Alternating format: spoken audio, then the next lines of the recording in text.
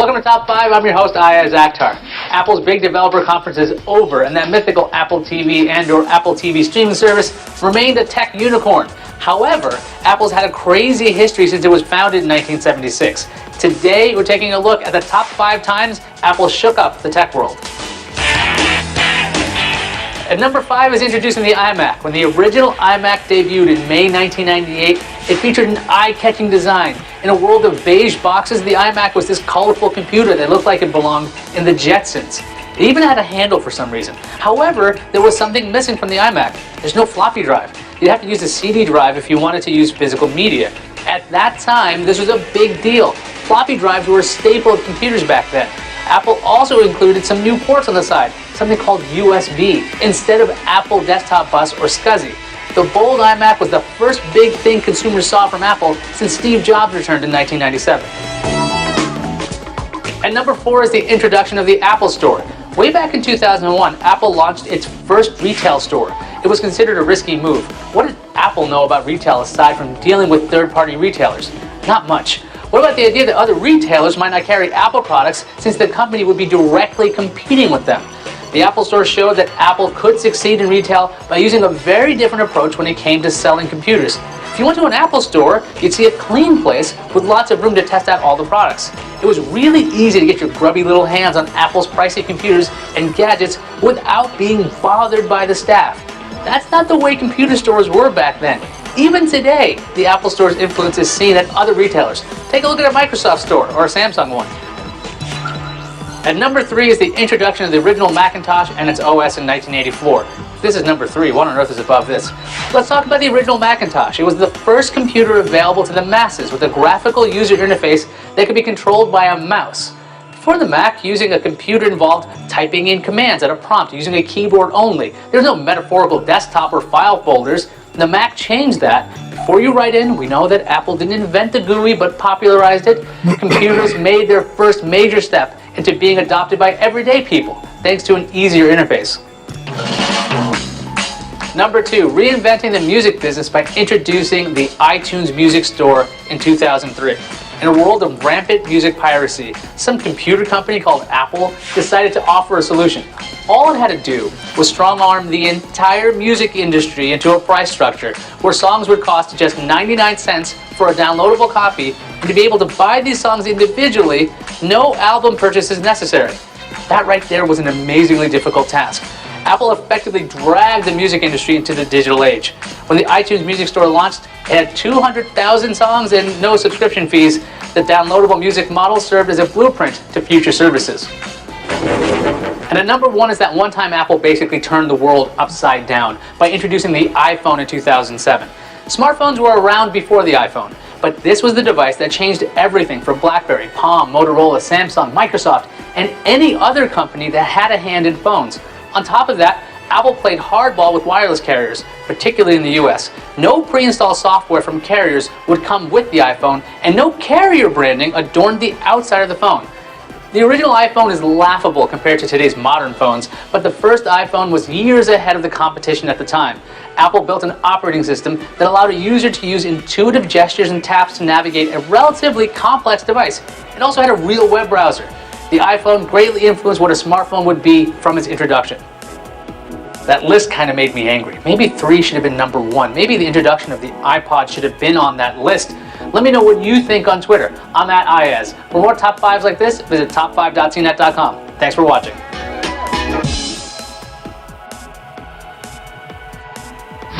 Welcome to Top 5. I'm your host, Ayaz Akhtar. When your home network is working well, life seems so great. Videos load quickly and stream at a beautifully high bit rate. Your PC connects to the network in the blink of an eye. But then when it gets bad, it can get really bad. We're talking not being able to connect to your printer, using your phone's network instead of your own, and videos timing out. Let's fix that. These are the top 5 tips to build a better network. Number 5, secure your Wi-Fi. This is a really easy tip. Go to your router settings through a browser and change a couple of things. First up, if you haven't changed your default password on your router, change your default password. Why? So other people aren't mucking around with your router. After that, make sure your Wi-Fi network is secured and not open. Why? Because if your neighbor is leeching off your Wi-Fi, your network speeds could suffer. Number 4 is router placement. Where you place your router makes a big difference in how your network performs. In the best case scenario, you have your router in a central location in your home. That way, the Wi-Fi signal radiates to where you need it. On top of that, minimize the amount of barriers between your router and your machine.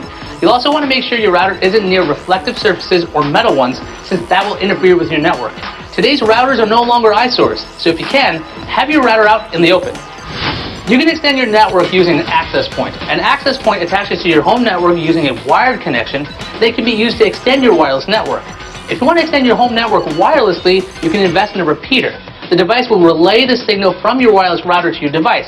The downside is the speeds will be cut in half. If you've got an old router sitting around, you might be able to turn it into either an access point or a repeater with DDWRT if your router is compatible. Number 2, maybe it's time to invest in power line adapters. Sometimes it's difficult to get a signal to certain areas, so a power line Ethernet adapter may be a good option. These devices are usually sold in pairs. First, you plug it into an electrical outlet. Then you attach one to your router using the Ethernet cable. The second one is attached to another outlet in your home. The adapter uses your home electrical system to create a network. Powerline wasn't exactly known for speed in the early days, but things have changed. If you look for adapters that support a standard called HomePlug AV2, you should see speeds faster than your wireless network. And the number 1 way to make your home network better is to wire up as many things as possible. A wired connection is subject to so much less interference compared to a wireless network. If you want to stream video using a service like Netflix or play an online game, it's impossible to beat a wired connection. Take a look at your home theater. Wire up your consoles, your set-top boxes, whatever, and you'll have a much more pleasant experience. One of the most useful things I've ever learned was making my own network cables, which I use to make ridiculously long runs to connect faraway rooms to my router. Wireless is good, but wired is better. If you've got a super secret tip on how to make a network better, like a foil reflector or something, hit me up on Twitter. I'm at Iyaz. For more top 5s like this, visit top5.cnet.com. Thanks for watching.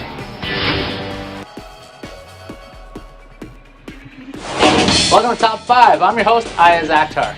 Technology has infiltrated every part of our lives, and now it won't stop until you are assimilated and resemble one of the Borg. Today, we're taking a look at the top 5 weirdest wearables. What defines something as weird? Let's say it either makes people look at you oddly, or it makes you question its existence very easily. Now, this list is about stuff that was actually available beyond the prototype stage. Let's get to it. For number 5, we're using the Wayback Machine to look at an old wearable that I actually own. It's the Fossil Wrist PDA from 2003. It cost $250 at the time, and it ran the popular Palm OS that also powered personal digital assistants like the Palm Pilot. Really.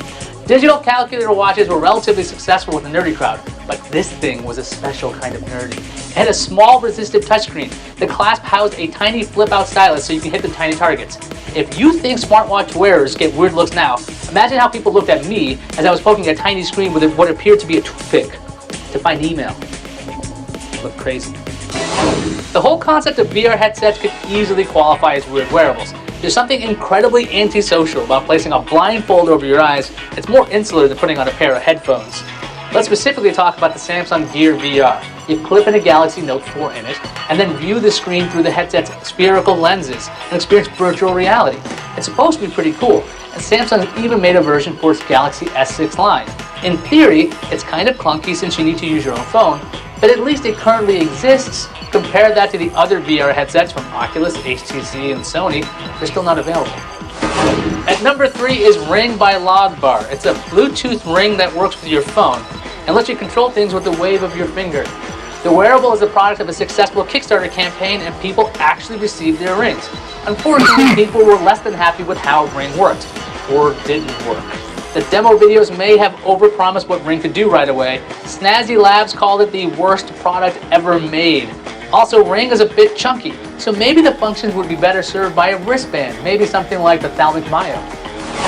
The narrative clip is a little clippable camera that takes a still picture every 30 seconds, and it's our number 2 weird wearable.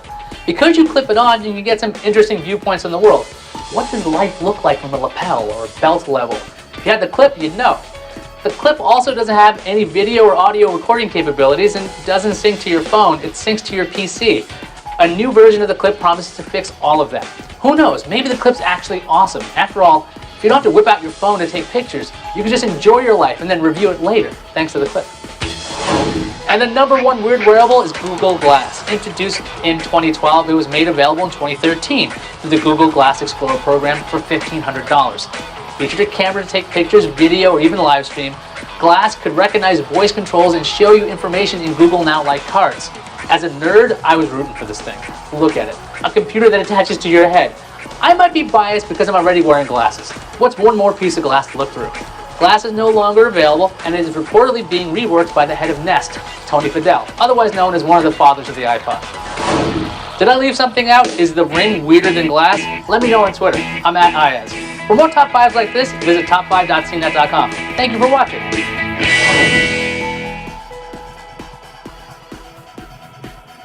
Welcome to Top 5. I'm your host, Ayaz Akhtar. Google I/O, Google's developer conference, has produced some amazing stuff over the years. Today we're taking a look at the top 5 memorable reveals at Google I/O that made us take note. Number 5 is the introduction of Google TV in the year 2010. It was a smart TV platform that would run on a number of set-top boxes, including the Logitech Review. The idea was to bring the real web to your TV. Since this was Google, we all dreamed of something that could search to find the best video to watch at any given time. Unfortunately, major providers like Hulu and ABC blocked the Google TV browser. Google TV didn't quite make it, but Google eventually announced Android TV in 2014 as another attempt to be your living room buddy.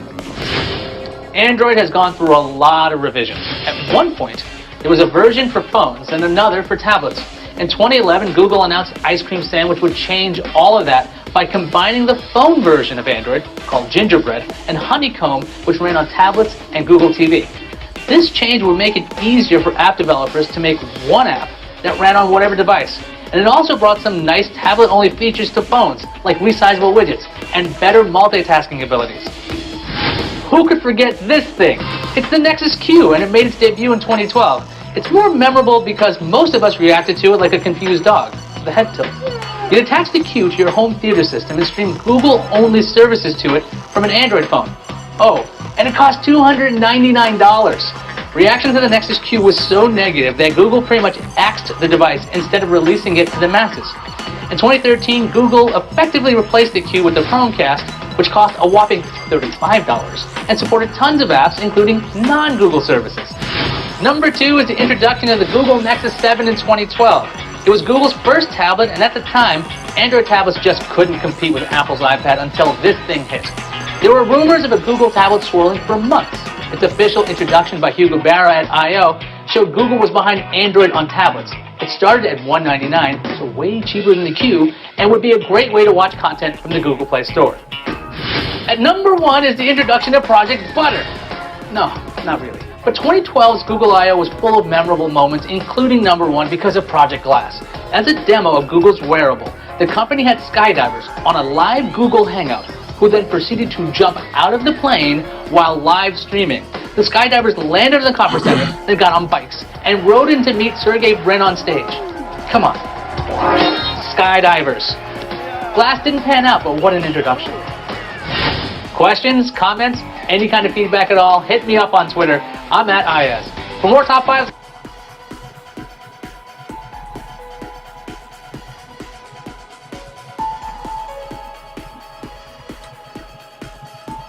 there, I've bored you with top 5 things. Not everything.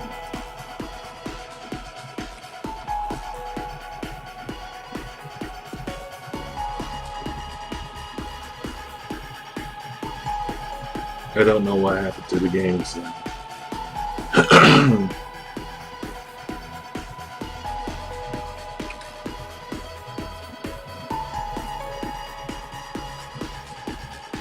Okay, now it just does not want to look.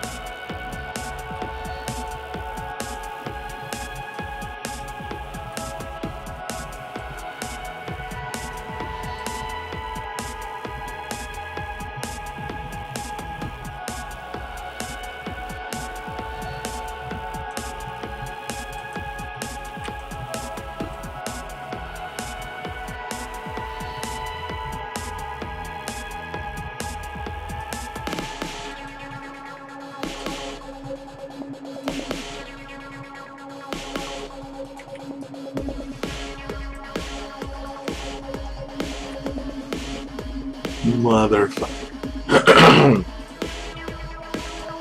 Motherfucker.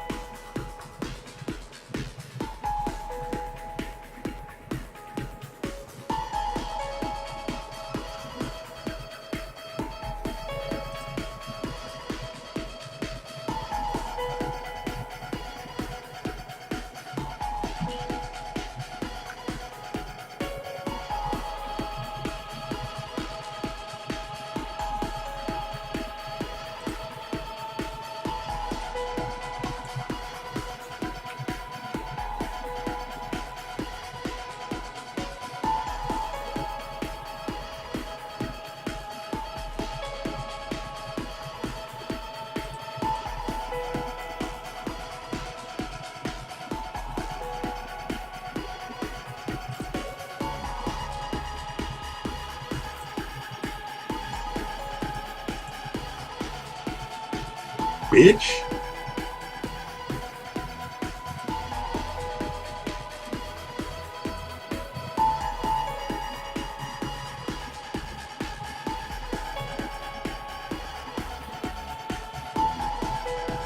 Bitch, this had to seem to kill you.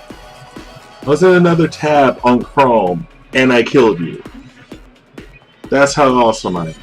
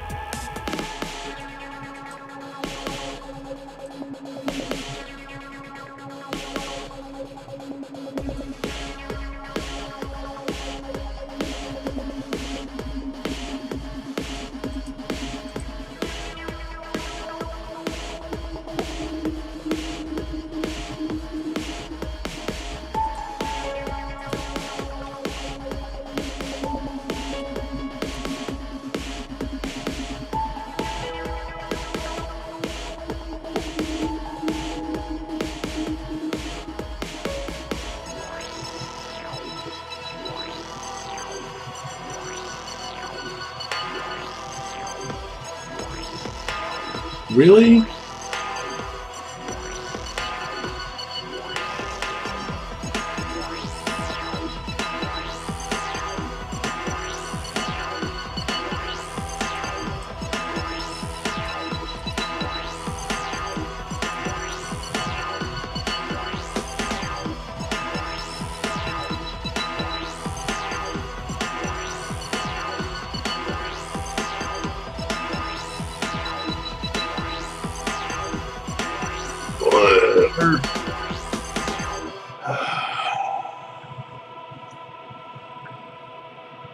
That's just rude. Anyway, that's it for Saturday morning.game. We'll be back tomorrow morning for Sunday morning.game at the same time. Good afternoon, or morning still, from